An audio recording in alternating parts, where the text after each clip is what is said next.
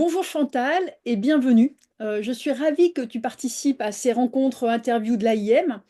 Aujourd'hui, tu as décidé de nous entretenir d'une thématique particulière, la revue de littérature systématique en système d'information. Alors, d'abord, bonjour Sylvie et merci de m'accueillir. Et effectivement, aujourd'hui, je vais m'adresser essentiellement aux chercheurs en système d'information et en particulier aux doctorants en système d'information qui sont en début de thèse et qui sont parfois démunis lorsqu'il s'agit de commencer leur revue de littérature. Il y a une telle surcharge d'informations lorsqu'on utilise par exemple la barre de recherche Google, Google Scholar, eh bien, le chercheur, souvent, il est découragé. Or, dans un travail de recherche, eh bien, faire une revue de littérature, c'est une activité importante, nécessaire et souvent chronophage. Alors, comment s'y prendre pour réaliser une telle revue de la littérature systématique? Alors, il existe plusieurs méthodes, hein, par exemple la méta-analyse, la revue critique ou la revue de littérature systématique. Moi, je vais expliquer une approche qui va combiner la revue systématique et la bibliométrie. En fait, il y a trois étapes: le recueil, le traitement, les résultats.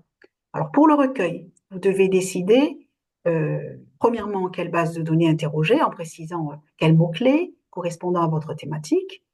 Ensuite, quelle liste de journaux retenir, hein, en système d'information. Et troisièmement, quels articles choisir à partir de cette liste de journaux.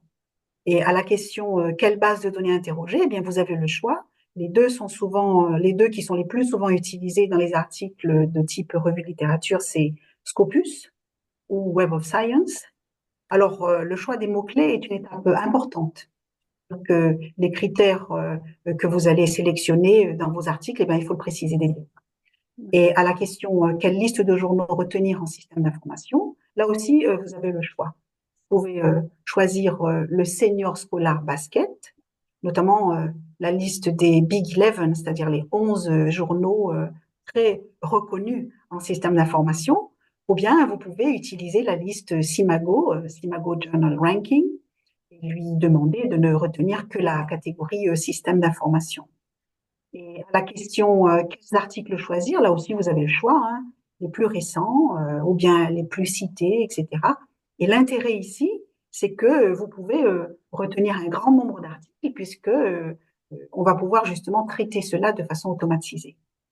Et justement, pour ce qui est du traitement, eh ben, il va consister à prendre la liste d'articles que vous venez de récupérer à l'étape précédente et de les importer dans un logiciel de traitement bibliométrique comme VosViewer. Et justement, en ce qui concerne les résultats, eh bien, vous pouvez facilement, par exemple, établir une courbe d'évolution des publications et analyser cette courbe. Un autre résultat intéressant présenté par VosViewer, c'est ce qu'on appelle le couplage bibliographique par pays. Et comme ça, on peut voir en fait par pays quels sont les plus investis dans cette thématique et les années où ces pays-là ont été les plus investis. Un autre résultat intéressant, c'est le couplage bibliographique des documents. Là, on peut repérer les articles qui sont centraux, représentés par des cercles plus ou moins gros, hein, avec la possibilité d'accéder de façon interactive au contenu d'un article en particulier que vous souhaitez lire, par exemple, en entier. J'en passe, il existe de nombreuses autres possibilités.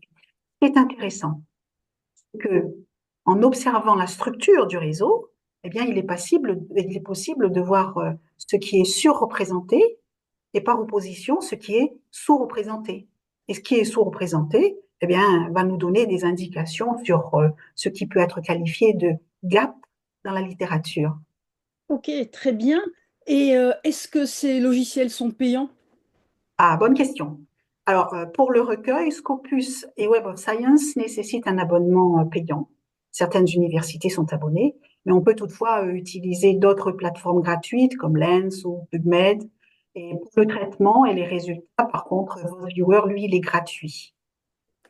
Ok, donc ces méthodes orientées vers les techniques quantitatives, si j'ai bien compris, permettent de considérer un plus grand nombre de références, mais au total, ne risquent-elles pas de négliger la richesse des références en laissant de côté leur contenu? Alors, on peut très bien combiner ces méthodes avec une analyse de contenu grâce à des logiciels d'analyse de données textuelles comme NVivo ou Sphinx IQ3, par exemple. Là aussi, ces logiciels sont payants, mais on peut utiliser des versions gratuites comme Iramutech. Alors, je dirais en conclusion que cette méthode ne suffit pas à elle seule, hein, mais elle est intéressante parce que elle permet d'avoir une vue d'ensemble des recherches sur une thématique donnée. Et là, pour le coup, les outils technologiques nous aident beaucoup pour cela. Et merci beaucoup Chantal de cet éclairage qui aidera pas seulement les doctorants, je pense, mais aussi des chercheurs bien plus confirmés. Vous trouverez dans le générique de fin 2 liens et 4 références bibliographiques pour approfondir cette thématique présentée par Chantal. Encore merci.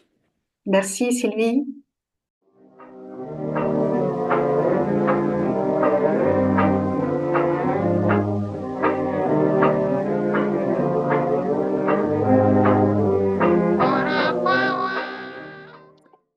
Bonjour Chantal.